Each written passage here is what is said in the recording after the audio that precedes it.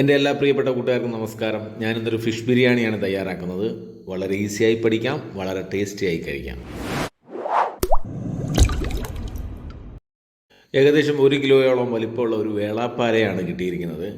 നന്നായി കഴുകി വൃത്തിയാക്കി നന്നായിട്ട് വരഞ്ഞിട്ട് 2 സ്പൂൺ മുളക് പൊടി, 1 സ്പൂൺ മഞ്ഞൾപ്പൊടി, 1 സ്പൂൺ കുരുമുളക് പൊടി, കുറച്ച് ഗരം മസാല, ആവശ്യത്തിന് ഉപ്പും ചേർത്ത് നന്നായി കൂട്ടി യോജിപ്പിച്ച് ഈ മസാല മീനിനകത്ത് നന്നായിട്ട് തേച്ച് പിടിപ്പിക്കണം. നമ്മൾ വരഞ്ഞു വെച്ചേക്കുന്ന ഭാഗത്തൊക്കെ ഉള്ളിലൊക്കെ നല്ല മസാല കയറത്തക്ക രീതിയിൽ നന്നായിട്ട് തേച്ച് പിടിപ്പിക്കണം.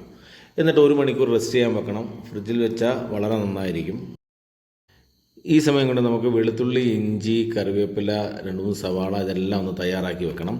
നമുക്കിനി ഫിഷ് ഫ്രൈ ആക്കി എടുക്കണം. അതിനുവേണ്ടി ഒരു 3 സ്പൂൺ വെളിച്ചെണ്ണ ഒഴിച്ചിട്ട് ഒരു 3 ഇതൾ കറിവേപ്പില ഇട്ട് നമ്മൾ മസാല തേച്ച് വെച്ചിരിക്കുന്ന ഫിഷ് എടുത്തിട്ട് നന്നായിട്ടൊന്ന് ഫ്രൈ ആക്കണം. ഒരു ഭാഗം വെന്തതിന് ശേഷം തിരിച്ചിട്ടിട്ട് വീണ്ടും ഒന്ന് നന്നായിട്ട് ഫ്രൈ ആക്കി എടുക്കണം. ഈ ഓയിലിനകത്ത് തന്നെ നമുക്ക് മസാല തയ്യാറാക്കി എടുക്കാം. ഞാൻ 3 സവാള അരിഞ്ഞെടുത്തിട്ടുണ്ട്.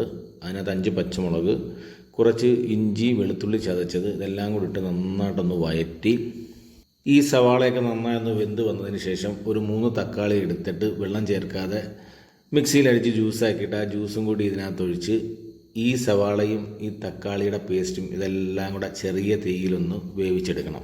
ഇതിൽ വേറെ മസാലകളൊന്നും നമ്മൾ ചേർത്തിട്ടില്ല. ആ ഫിഷ് വെന്ത അതേ എണ്ണയിലായതുകൊണ്ട് ആവശ്യത്തിന് വേണേൽ നമുക്ക് ഇച്ചിരി കുരുമുളക് പൊടിയും ഇച്ചിരി ഗരം മസാലയും നമുക്ക് ചേർക്കാം.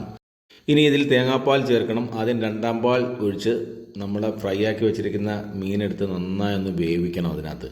അതിനുശേഷം 1-ാം പാലൂടെ ഒഴിച്ച് മസാല നന്നായിട്ട് കുറുക്കിയെടുക്കണം. നന്നായിട്ട് തിക്കായിരിക്കുന്ന മസാലയാണെങ്കിൽ നമ്മുടെ റൈസിനകത്ത് ഇത് പിടിക്കുമ്പോൾ ഒരു പ്രത്യേക ടേസ്റ്റ് ഉണ്ടാകും. ഇനി റൈസ് തയ്യാറാക്കാം. സാധാരണ ബിരിയാണി ചെയ്യുന്ന മാതിരി തന്നെയാണ് റൈസ് ഇതിലും തയ്യാറാക്കുന്നത്.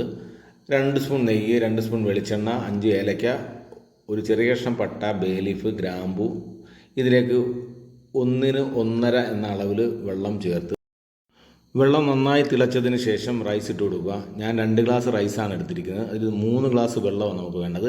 ഞാൻ 2 ഗ്ലാസ് വെള്ളവും 1 ഗ്ലാസ് തേങ്ങാപ്പാലുമാണ് ഉപയോഗിക്കുന്നത്. അരി ഒരു പകുതി വേവാകുമ്പോൾ 1 ഗ്ലാസ് തേങ്ങാപ്പാലും ചേർത്ത് നന്നായി ഒന്ന് കൂട്ടി ഉപ്പെല്ലാം കറക്റ്റ് ആണോ എന്ന് നോക്കിയതിന് ശേഷം ഒരു 20 മിനിറ്റ് ചെറിയ തീയിൽ അടച്ച് വെച്ച് വേവിക്കണം. ഇപ്പോൾ മീൻ മസാലയൊക്കെ പിടിച്ച് നല്ല കുറുകി നല്ല സെറ്റായിട്ടിരിക്കുകയാണ്. നല്ല മണം അടിക്കുന്നുണ്ട്. ഇതിലേക്ക് കുറച്ച് കറിവേപ്പിലയും മല്ലിയിലയൊക്കെ ഇട്ടിട്ട് നമുക്ക് ചോറ് ദമ്മാക്കണം. ദമ്മാക്കുമ്പോൾ നമുക്ക് മീൻ എടുത്ത് മാറ്റിയതിന് ശേഷം ദമ്മാക്കാം. ഞാൻ റൈസ് കുറച്ചുള്ളത് കാരണം മീനിൻ്റെ പുറത്ത് തന്നെ റൈസ് ഇട്ടിട്ട് അങ്ങ് ദമ്മാക്കുകയാണ് ചെയ്തത്. ദമ്മാക്കുമ്പോൾ റൈസിൻ്റെ പുറത്ത് ആ മീൻ മസാലയുടെ തെളിഞ്ഞ എണ്ണ കോരി ഇതേപോലെ ചെയ്താൽ നല്ല മണമായിരിക്കും. ഫോയിൽ പേപ്പർ കൊണ്ട് അടച്ച് നന്നായി ഒരു 20 മിനിറ്റ് നമുക്ക് ദമ്മാക്കാൻ വെക്കണം. ബിരിയാണി സെറ്റായിരിക്കുകയാണ്. നമ്മൾ സെർവ് ചെയ്യാൻ പോവുകയാണ്. മുകൾ ഭാഗത്തെ റൈസ് മാറ്റിയിട്ട് നമ്മൾ ആ ഫിഷ് പൊടിയാതെ അങ്ങ് എടുക്കണം. ഫിഷ് ഫുള്ളായിട്ട് എടുത്തത് കൊണ്ടാണ് ഞാൻ റൈസ് മുകളിലിട്ട് ദം ചെയ്തത്. നമ്മൾ ചെറിയ കഷ്ണങ്ങളാക്കി ഫ്രൈ ആക്കുകയാണെങ്കിൽ റൈസിൻ്റെ മുകളിൽ വെച്ചായാലും നമുക്ക് ദം ചെയ്തെടുക്കാം. കാഴ്ചയ്ക്ക് കുറച്ചുകൂടി ഭംഗി അതാണ്. ഒഴിവുള്ള സമയങ്ങളിൽ നിങ്ങളും ഇതുപോലൊന്ന് ചെയ്തു നോക്കൂ. സൂപ്പറായിരിക്കും.